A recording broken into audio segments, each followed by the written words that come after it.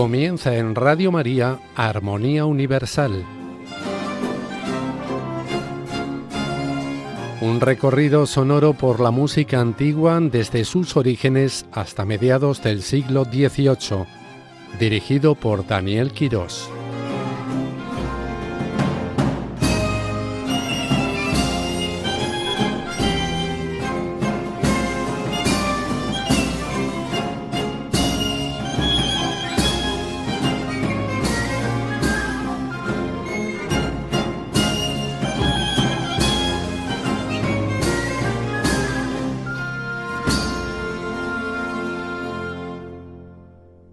Buenas noches y bienvenidos un lunes más a Armonía Universal, a su espacio dedicado a la música antigua, aquí, en Radio María. Y llegamos ya al último episodio de la serie que estábamos dedicando a conocer al rey David desde las Sagradas Escrituras, desde la política, desde la música, desde la cultura y desde la historia también, a la luz de los últimos hallazgos arqueológicos. En el pasado programa dejamos al rey David en el valle de Ela, habiendo matado al gigante Goliat y vencido al ejército filisteo. Pues bien, decíamos que según la Biblia, en el primer libro de Samuel, capítulo 17, David apenas era un pastor de ovejas, el más joven de 7 hermanos. Cierto día, en plena guerra contra los filisteos, se presenta como voluntario para luchar contra el gigante Goliat. Mucho se burlaría del pequeño David, desde luego este último, sin saber que no era un hombre cualquiera, sino el elegido de Dios para librar a su pueblo y guiarlos en su camino, un camino complejo, dejando atrás a los profetas y a los jueces para cimentar una saga real que llegaría hasta el mismísimo Jesucristo. Le cortaría la cabeza con la propia espada filistea y la entregaría al rey Saúl como trofeo. Pues si lo recuerdan, musicalizamos ese momento con una pieza al órgano de Johannes Kuhnau, una de sus sonatas bíblicas, maravillosa, por otra parte. Y hoy, si les parece, vamos a comenzar nuestro programa con otra pieza, una rareza de este mismo momento, una de las pocas escritas sobre este célebre evento y para el que hay que remontarse a la Roma del año 1700, concretamente al segundo viernes de Cuaresma, cuando la prohibición papal de representar óperas en este tiempo litúrgico obligó a los compositores a centrarse en temas bíblicos, con música no representada escénicamente. Así, la compañía de nobles de la Archiconfraternità del Santísimo Crucifijo se reuniría ese año para realizar sus ejercicios espirituales, llevando a las calles una procesión que aunaría a más de 15.000 personas. Es la única cofradía que cada año organizaba la Cuaresma, digamos musical, buscando y contratando a un compositor y unos intérpretes para estrenar un oratorio específicamente en latín. Y ese año, tras Carissimi, Foggia, Stradella o Gasparini, tocó el turno a Alessandro Scarlatti.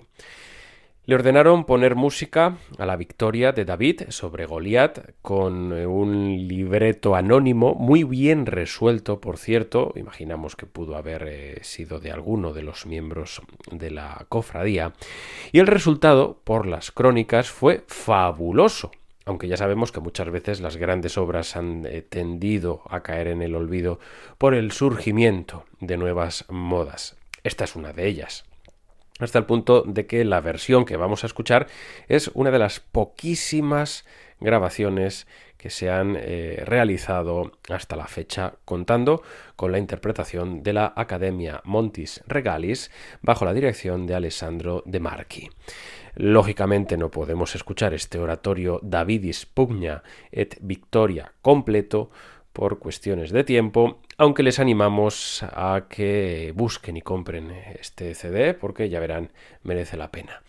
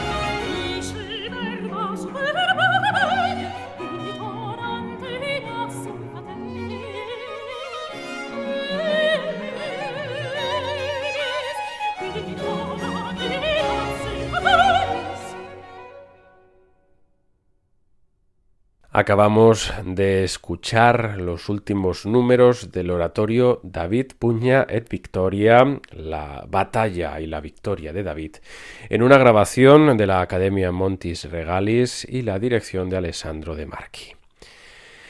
Y decíamos que David había vencido a Goliat, pero los celos del rey Saúl le obligaron a escapar y esconderse, pues lo quería muerto, por temor a que David le quitase la corona, que por cierto ya había perdido a ojos de Dios. Pues terminó, como digo, refugiándose entre los filisteos, entre el pueblo enemigo. Pensaba que tarde o temprano moriría a manos del monarca israelita, de modo que decidió ponerse bajo la protección de Aquis, rey de Gat. Con sus 600 hombres y sus familias se instalaría en territorio filisteo, concretamente en Sicelag, ciudad que el propio Aquis le concedió. Allí permanecería alrededor de 1 año y 4 meses. Durante ese tiempo, David realizó incursiones contra diversos pueblos de la región, como pueden ser los gesureos, gircitas y amalecitas, pero hacía creer a Aquis que sus ataques iban dirigidos contra territorios de Judá. El rey filisteo, convencido de que David se había enemistado definitivamente con su propio pueblo, acabaría confiando plenamente en él. Mientras tanto, la situación de Saúl se volvía cada vez más desesperada. Los filisteos reunieron un gran ejército para enfrentarse a Israel y el rey, viendo el peligro, intentó consultar a Dios. Pero no obtuvo respuesta alguna, ni por sueños ni por profetas. Desesperado, recurre a algo que él mismo había prohibido, a la adivinación. De esa forma, disfrazado, acudió de noche a una nigromante de Endor para que evocara al profeta Samuel. Según el relato bíblico, el espíritu del profeta le anunció el desenlace. Dios había retirado su favor a Saúl, el reino pasaría a manos de David y además el propio Saúl y sus hijos morirían en la batalla del día siguiente. En esos momentos los filisteos se preparaban para marchar contra Israel y Aquis esperaba contar con David y sus hombres en el combate. Sin embargo, los demás príncipes filisteos desconfiaban de él. Recordaban el famoso canto del pueblo israelita de Saúl, mató a 1000, David a 10.000 y temían que en plena batalla pudiera volverse contra ellos. Por ello, obligaron a Aquis a enviarlo de vuelta a Sicelag, evitando así que participara en la guerra. Cuando David y sus hombres regresaron a la ciudad, se encontraron con una desgracia inesperada del todo. Los amalecitas habían saqueado Sicelag, la habían incendiado y se habían llevado cautivas a las mujeres y a los niños. Desolados, los hombres rompieron a llorar e incluso algunos pensaron en apedrear a David. Este, sin embargo, consultó a Dios y decidió perseguir a los atacantes. Con parte de sus hombres alcanzó al grupo enemigo y lo derrotó por completo, recuperando a todos los cautivos y al botín perdido. Después estableció una norma que quedaría como costumbre en Israel. El botín se repartiría por igual entre quienes combatían y quienes se quedaban custodiando el campamento. Bueno, pues finalmente la profecía anunciada a Saúl se cumpliría y en la batalla del monte Gelboé los filisteos derrotaron al ejército israelita y murieron varios de los hijos del rey, entre ellos Jonatán. Gravemente herido y temiendo caer prisionero, Saúl decidió arrojarse sobre su propia espada. Los filisteos decapitaron su cuerpo y lo expusieron como trofeo hasta que unos valientes hombres de Yabés de Galaad recuperaron los restos y les dieron sepultura. Con la muerte de Saúl, de esta forma tan trágica, se cerraba una etapa de la historia de Israel y se abría el camino para el futuro reinado de David. Pues vamos a escuchar precisamente este momento tan devastador, el lamento de David tras la muerte de Saúl y de su hijo Jonatán, que era amigo de David en la batalla. Y lo vamos a hacer con la adaptación musical de Josquin des Prez, una obra maravillosa, arrebatadora, titulada Plancit Autem David, que nos lleva hasta el siglo XV, finales del XV, principios del XVI. Se trata de un motete muy sombrío, incluso alegóricamente trataría de algún conflicto político, quizás el de Carlos el Temerario frente a Luis XI, y se pueden apreciar hasta 4 motetes internos que ayudan a la narración, con también ocasionalmente un uso del canto llano y que, pues permiten que aparezcan relacionadas las lamentaciones de Jeremías en los 2 últimos motetes con las palabras «cómo cayeron los poderosos». De ahí que también podamos considerar que se escribió para la Semana Santa. Y vamos a escucharlos ya interpretados por la agrupación Alamire bajo la dirección de David Skinner.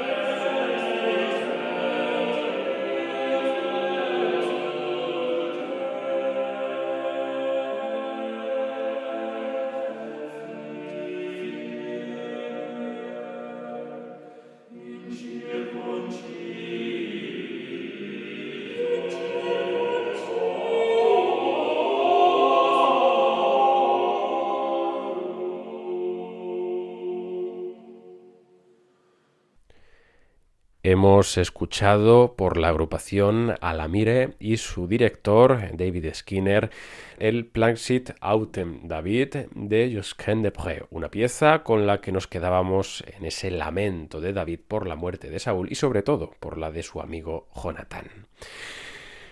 Tras este terrible pero anunciado suceso por el profeta Samuel, David consultó a Dios y subió con sus hombres a Hebrón, donde la tribu de Judá lo ungió como rey. Mientras tanto, el general de Saúl, Abner, tomó al hijo de Saúl, a Is-Boset, y lo proclamó rey sobre el resto de Israel. Así comenzó una larga guerra entre la casa de Saúl y la de David. En uno de los enfrentamientos, junto al estanque de Gabaón, los hombres de ambos bandos lucharon entre sí. Y durante la persecución, Asael, que era el hermano de Joab, siguió a Abner con gran insistencia. Abner le advirtió varias veces que dejara de perseguirlo, pero Asael no quiso y finalmente murió a manos de Abner. La guerra continuó durante años. La casa de David se hacía cada vez más fuerte mientras que la de Saúl se debilitaba. En ese tiempo David tuvo varios hijos en Hebrón. Entretanto surgió un conflicto entre Abner e Is-Boset porque éste acusó a Abner de haberse unido a una concubina de Saúl.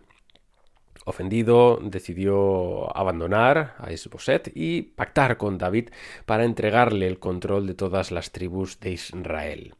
David, claro, aceptó, pero puso como condición que le devolvieran a su primera esposa, a Mical, que era también la hija de Saúl, un movimiento, desde luego, político.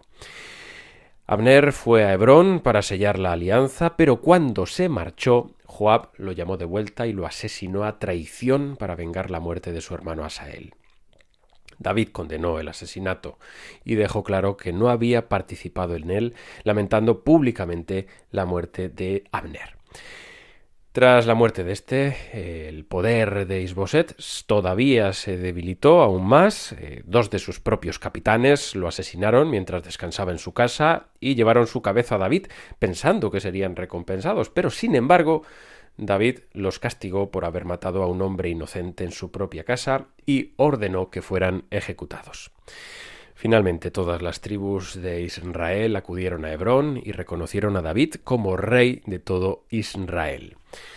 David por aquel entonces tenía unos 30 años cuando comenzó a reinar y gobernó durante otros 40, primero 7 años y medio sobre Judá en Hebrón y otros 33 años sobre todo Israel y Judá, en lo que también es una referencia directa a Jesucristo con esos 33 años de vida, 33 años de reinado sobre la tierra antes de su muerte y posterior resurrección.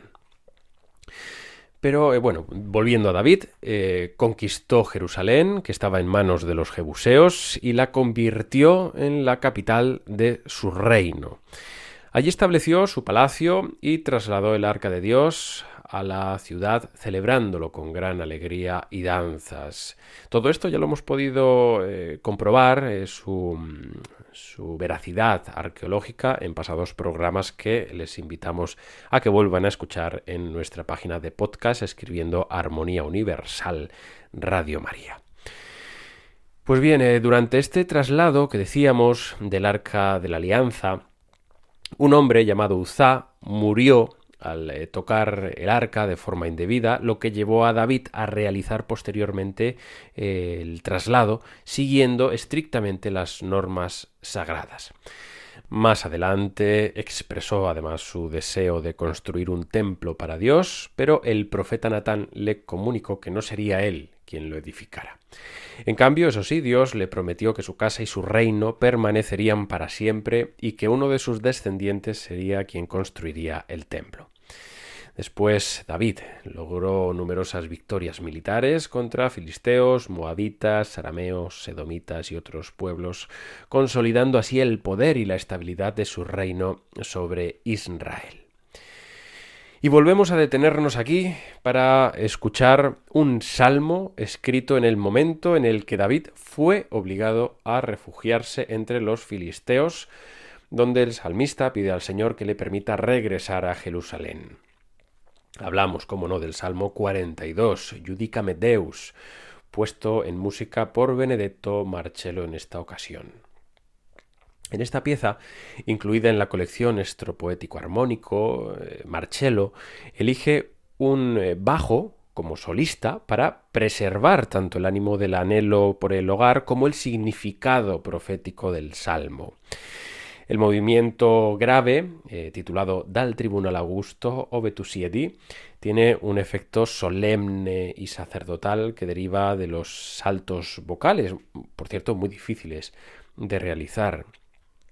En el Allegro, David pide la liberación diciendo «Face disciolto», con una coloratura vigorosa y bueno, pues muy enfática.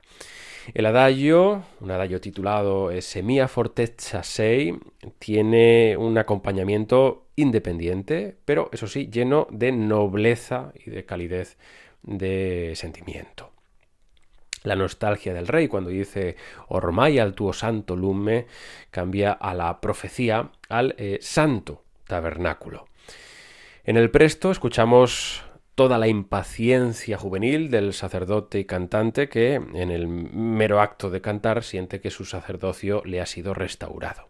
Sin embargo, en el largo airoso se pregunta cuál es realmente su situación. Su único consuelo, desde luego, es la esperanza de ser liberado. Y así, en el Allegro final, se convence de su propia salvación. Eso sí, no vamos a escucharlo entero, sino que nos vamos a quedar con una selección, por motivos de tiempo, a cargo del contratenor James Bowman y el Richard Carey Consort.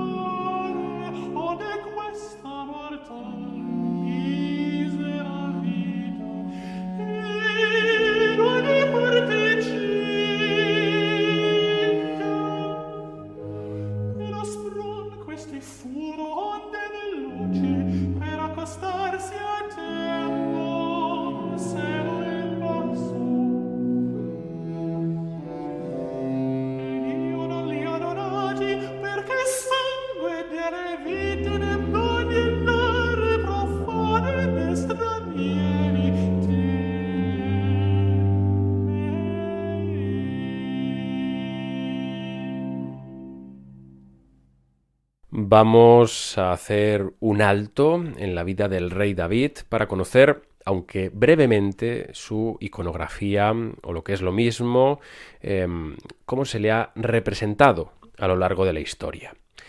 La iconografía del rey David varía notablemente según las culturas y las épocas, adaptándose a los valores simbólicos de cada tradición.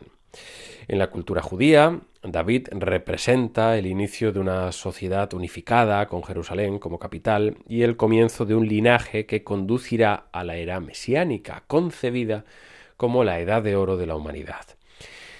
David, descendiente de Judá, cuarto hijo de Jacob, encarna el ideal de rey justo, cuya vida combina juventud pastoral, liderazgo político y devoción religiosa, como hemos podido apreciar a lo largo de estos 4 episodios. En el Islam también aparece David, es conocido como Davud y es considerado un importante profeta al que Alá reveló los salmos. El Corán afirma, con estas palabras, a Davud le dimos los salvos, subrayando su papel como receptor de la revelación divina y su posición privilegiada entre los profetas. Si nos vamos más al norte, en el arte bizantino, la figura de David alcanza una riqueza formal excepcional. Bajo el reinado de Justiniano se consolida además un arte suntuoso, visible claramente en los mosaicos, en los esmaltes, en los marfiles y también en los manuscritos. El tesoro de Cirene, por ejemplo, un hallazgo de Chipre en 1902 y datado entre el año 1610 y 1629, incluye 9 platos de plata del taller imperial de Heraclio con escenas de la vida de David. Otro ejemplo, el Salterio griego 139, uno de los manuscritos bizantinos más célebres, presenta miniaturas a página completa donde David tañe el arpa en un entorno pastoril con proporciones armoniosas y un elaborado sentido del espacio. Aquí también haciendo una pequeña referencia a lo que fue el Orfeo griego y que también en música, sobre todo durante el barroco, se relacionó directamente con el rey David. Durante la Edad Media, especialmente en el románico, la representación de David vive un nuevo auge. Ejemplos como la tapa de encuadernación del Salterio de Agulfo del siglo VIII o el relieve de la Puerta de las Platerías de la Catedral de Santiago de Compostela muestran a David como un rey músico, integrando influencias paleocristianas, carolingias y bizantinas. En el Renacimiento su figura se adapta a los nuevos ideales naturalistas y se utiliza con fines de exaltación monárquica, como ocurre, por ejemplo, en el monasterio del Escorial, donde David aparece junto a Salomón como modelo de realeza bíblica. Y precisamente, un poco antes, a lo largo del medioevo, David aparece en numerosas composiciones sin que, dicho sea de paso, muchos sepan que es así. Y es que sería mediante uno de los textos bíblicos más usados en la historia, el Dixit Dominus, dice el Señor a mi Señor, u oráculo del Señor a mi Señor, unas palabras atribuidas al rey David, quien, según la interpretación clásica, podría haberlas pronunciado para agradecer a Dios su ayuda en alguna de las victorias del pueblo de Israel frente a sus enemigos.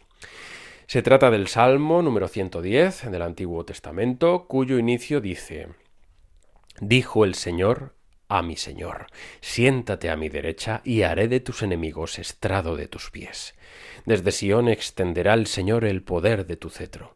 Somete en la batalla a tus enemigos. El texto continúa proclamando la dignidad sagrada del elegido con estas palabras: Eres príncipe desde el día de tu nacimiento entre esplendores sagrados. Yo mismo te engendré antes de la aurora. Y añade una afirmación solemne: Tú eres sacerdote eterno según el rito de Melquisedec. El Salmo concluye, claro, con la doxología cristiana de gloria al Padre y al Hijo y al Espíritu Santo, como era en el principio, ahora y siempre, por los siglos de los siglos. Amén. Pues bien, tradicionalmente se ha entendido que este texto podía referirse, como decíamos, a una victoria militar de Israel bajo el gobierno de David. La imagen de los enemigos convertidos en estrado de sus pies responde claramente a una metáfora oriental de dominio. Algunos estudiosos han sugerido también que el Salmo pudo formar parte de una ceremonia de entronización real, implica que haya sido musicalizado por numerosos compositores, como por ejemplo Händel, Francisco Guerrero, Tomás Luis de Victoria, Giovanni Gastoldi, Felice Nerio, Claudio Monteverdi, Grandi, Benevoli, Buxtehude, Charpentier, el propio Alessandro Scarlatti, que escuchábamos al comienzo del programa, Nicola Pórpora, Hasse o, como no, Giovanni Battista Pergolesi. Y entre esas versiones encontramos también una pequeña joya muy poco conocida, el Dixit Dominus, escrito hace exactamente 300 años por el compositor alemán Maximilian Dietrich Freislich, hermanastro de Johann Balthasar Christian Freislich. Lo escribió siendo maestro de capilla de la iglesia de Santa María de Dansk, en la actual Polonia, y de su obra apenas se conserva pues este único motete, del que existe, que sepamos, una única grabación realizada por la Capella Gedanensis.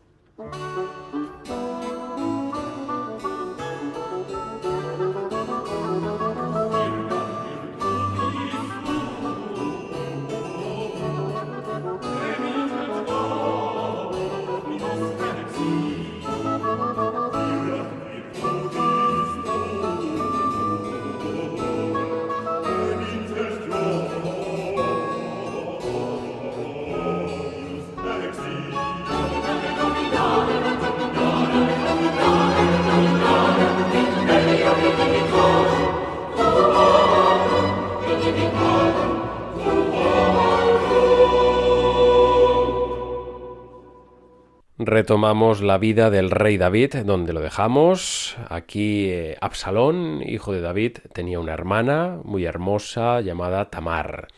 El otro hijo del rey, Amnón, se enamoró obsesivamente de ella hasta el punto de enfermar de angustia. Un amigo suyo, Jonadab, le aconsejó fingir que estaba enfermo y pedir que Tamar fuese a atenderlo. Así ocurrió.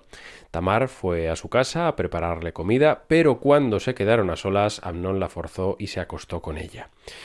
Después de violarla, el amor que decía sentir se convirtió en desprecio y la echó de su casa. Tamar salió destrozada, rasgó su túnica y se marchó llorando. Su hermano Absalón la acogió en su casa y, aunque no dijo nada públicamente, comenzó a odiar a Amnón por lo ocurrido.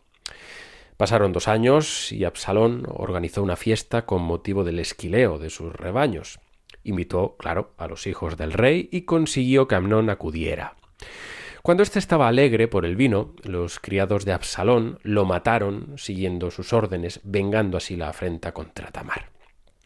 Tras el asesinato, Absalón tuvo que huir al reino de Gesur y permaneció allí 3 años mientras David lloraba la muerte de Amnón. Con el tiempo, Joab ideó un plan para reconciliar a David con su hijo. Hizo que una mujer de Tecoa contara al rey una historia que lo llevó a reflexionar sobre el perdón y el destierro. Y de esa forma David permitió que Absalón regresara a Jerusalén, aunque durante 2 años pues no quiso recibirlo. Absalón, famoso por su gran belleza y su impresionante melena, acabó forzando el encuentro con el rey y David terminó por reconciliarse con él. Sin embargo, pues Absalón sí que empezó a ganarse el favor del pueblo, se levantaba temprano y se colocaba a la entrada de la ciudad para escuchar las quejas de los israelitas, diciéndoles que nadie los atendía y que si él fuese juez, les haría justicia. Así fue robando, como decimos, el corazón de la gente, y al cabo de unos años pidió permiso para ir a Hebrón y una vez allí proclamó su propia realeza. Claro, muchos se unieron a la conspiración, incluido el consejero real Ahitofel. Cuando David supo que gran parte del pueblo apoyaba a Absalón, decidió abandonar Jerusalén para evitar un desastre. Salió de la ciudad con sus hombres y su familia, cruzando el torrente Cedrón y subiendo mientras lloraba en el Monte de los Olivos. Durante la huida, algunos le fueron fieles, mientras otros lo maldecían, como Semeí. Mientras tanto, pues Absalón entró en Jerusalén y, siguiendo el consejo de Ahitofel, se acostó públicamente con las concubinas de su padre para mostrar que la ruptura entre ambos era total.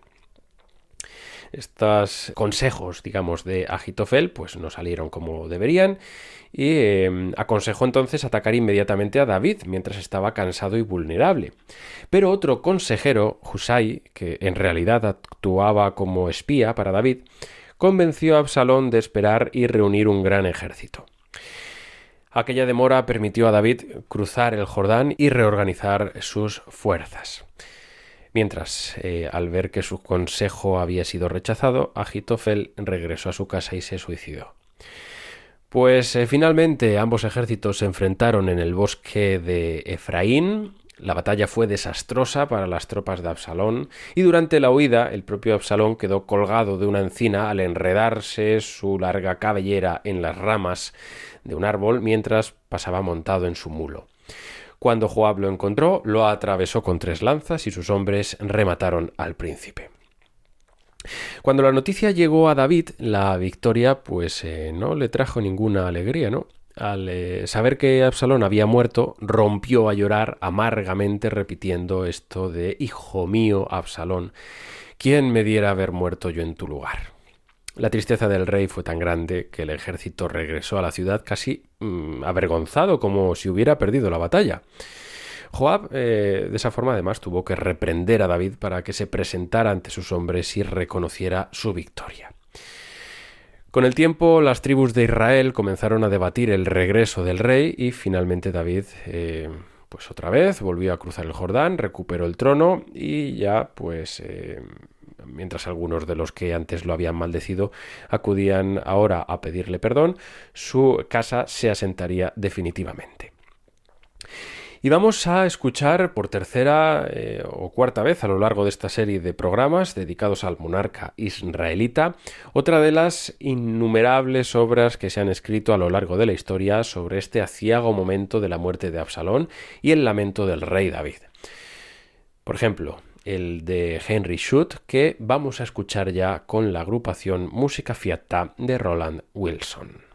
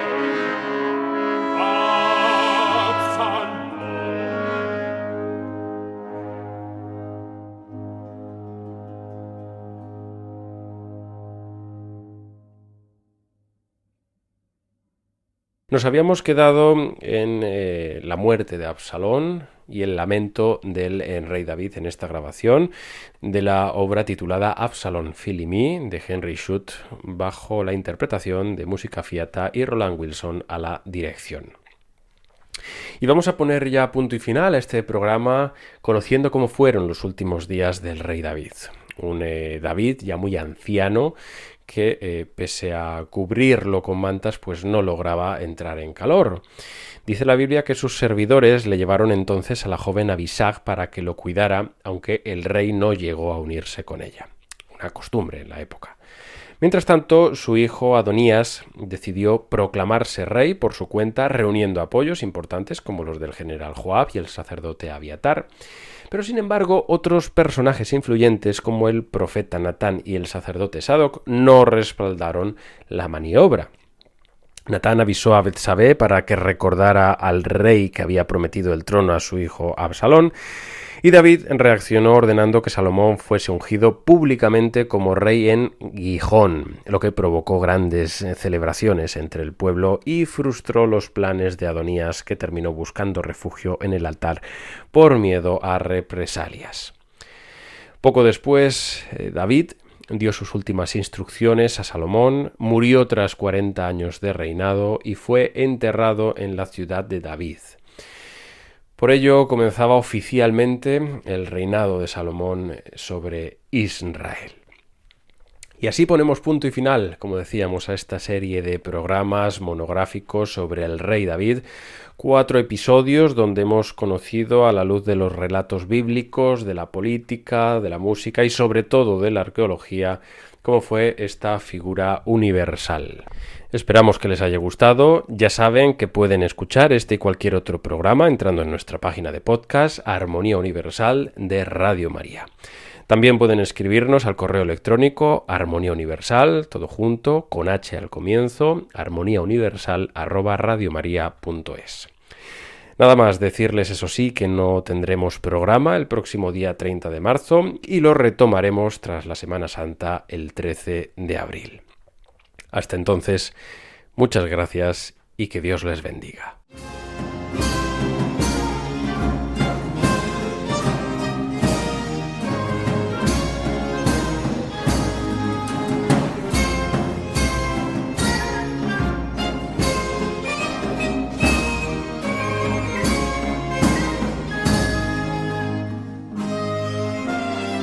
Finaliza en Radio María Armonía Universal. Un recorrido sonoro por la música antigua desde sus orígenes hasta mediados del siglo XVIII. Dirigido por Daniel Quirós.